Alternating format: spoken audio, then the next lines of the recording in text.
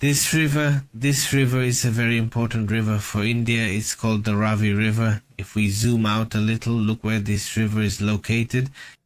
It's between what is Himachal Pradesh in this whole area, which belongs to the Hindu or Indian side. So, in this area, notice how the conditions of the river's strength are developing. Impressive. Because of these rains that have been happening in the north, they have been causing bridges to collapse and have been causing, multiple problems due to the excess rain.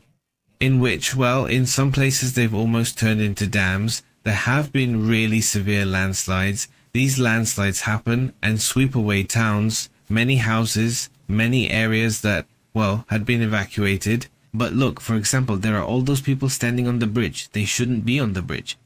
The bridge is acting like a kind of dam, which it shouldn't, because branches and everything are piling up there. And people are there watching, walking by and crossing. That area should have been evacuated. Right now, in the update on the protest we talked about yesterday over in Indonesia, several networks have been suspended, including TikTok. They are temporarily suspended because, there were broadcasts, and in those broadcasts people were finding out about how the protests were going and all of that. In the midst of all these street riots, are the broadcasts temporarily suspended? Is the whole platform or all those platforms suspended over there in Indonesia? It's also quite a striking topic. Another image that draws attention is this Instagrammer, an Instagram influencer who decides to climb the wall and show how easy it is to scale it. And the truth is that these videos are everywhere, showing people climbing. Apparently it's pretty easy. And the other day someone said from Trump's team that they were going to paint them black. In fact, they were painting them black so they would get hotter and be harder to grab. They don't know the people, how strong and resilient they are. Obviously, being a little hotter isn't going to make a big difference, obviously. These walls, besides the fact that they easily break them, open them, so they haven't been the solution. What has been a solution is stopping the groups of migrants coming from Central America to Mexico and then to the United States. And that strategy too, of deterrence, of constantly saying that, there isn't work for them in all these matters. It's causing migrant traffic to the United States to decrease by more than 90%. That has been a strategy that so far is working, but not everywhere. Meanwhile, refineries in different locations continue to be attacked by Ukraine. Just look at what's happening. Donald Trump is currently negotiating the deployment of American private contractors to Ukraine. In other words, mercenaries from the United States. This could change the war a lot.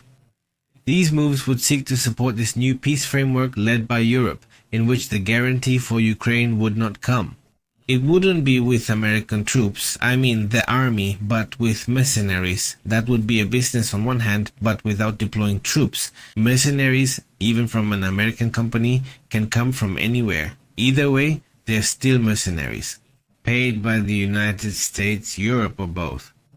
We still don't know what Ukraine's reaction to this will be, but this move aims to support it. The contractors would help rebuild Ukrainian defenses, build new bases, and replicate the methods used, for example, in Afghanistan and Iraq. Would they try to deter Russia with the indirect presence of American personnel? A European official stated that the main goal is to show the Ukrainians that we would be in the fight, he says, with them if Russia invades again.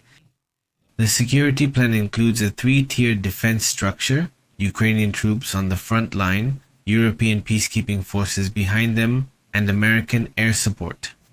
That's what they believe. It could be negotiated from nearby countries such as Poland and Romania. Would the United States be firing from there towards the Russian front in case they reach this agreement in which Russia would keep a territory? But Ukraine would have the promise of this defense. Not just a promise, but the fact. Would they already be there?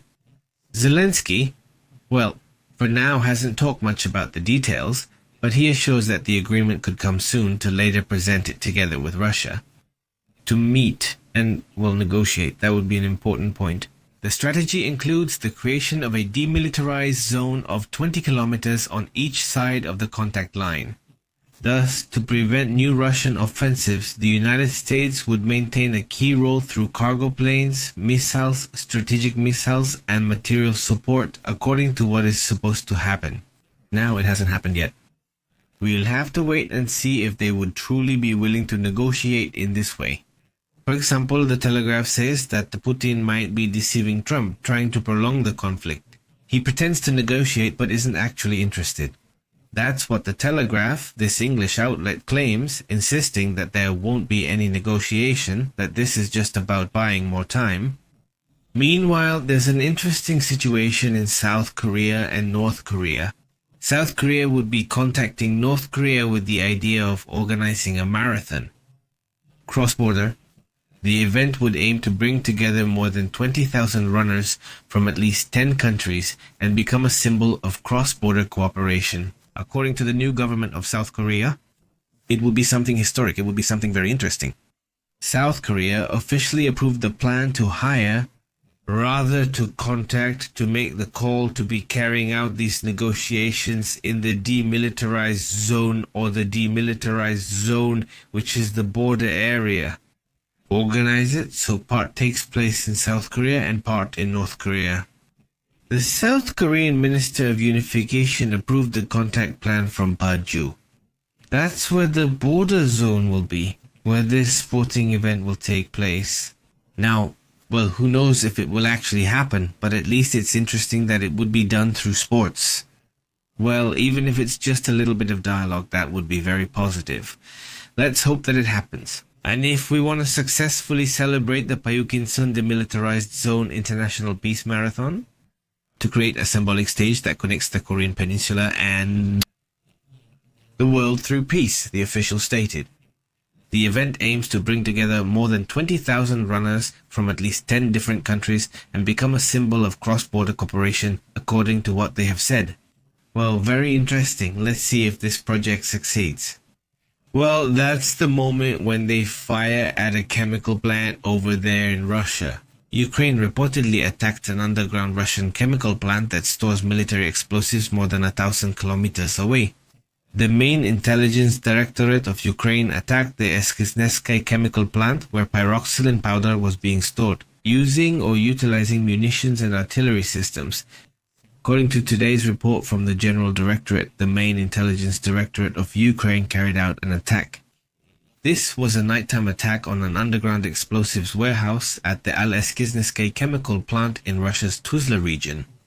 Several Ukrainian news agencies say this would be a major strategic attack, since it hits a region where a lot of artillery and weapons and this kind of thing are manufactured. Now the idea is to weaken the Russian army's rear bases and reduce the offensive potential of the aggressor, according to this information. This report. Now what's also striking is that the attacks are no longer just in the border area, but practically happening every day. Before, it was news. Now it's almost daily that Ukraine is launching attacks more than 1,000 kilometers away. I mean, it's not just at the border anymore with some farther exceptions, but now it's no longer the exception. Now, you hear about attacks happening over 1,000 kilometers away almost daily.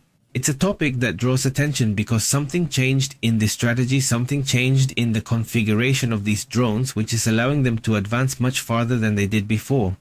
Well, that's also part of this conflict of how it's going to keep evolving.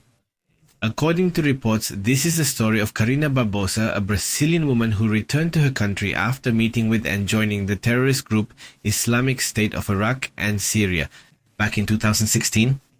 She was the only Brazilian woman to escape the Islamic State alive. Well, this obviously draws attention, and this along with her son after 9 years of detention and moving around different places within Syria without any charges against her in her home country.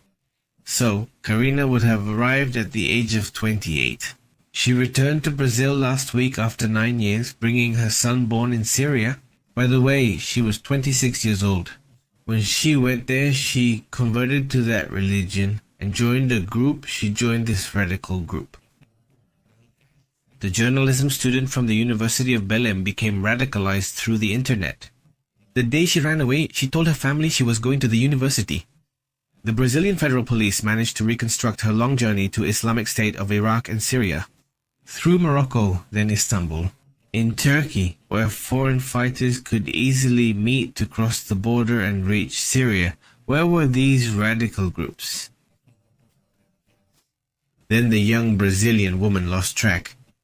The record even thought she would never return alive. Then she was moved from one prison to another. She ended up in a camp called Al-Rosh in the northwest of Syria in 2020. The federal public defender sued the federal court, asking the Brazilian government to help the young woman and her son. At the beginning of 2025, the judge granted the request and ordered repatriation as the woman was not accused of terrorism or suspected of any crime in Brazil, reports say. Record journalist Jan Boschet has made several trips to Syria and has followed the case for a while. Well, it's part, let's say, of these stories that many young people back in 2012, 2015, 2016, well, they were convinced and radicalized.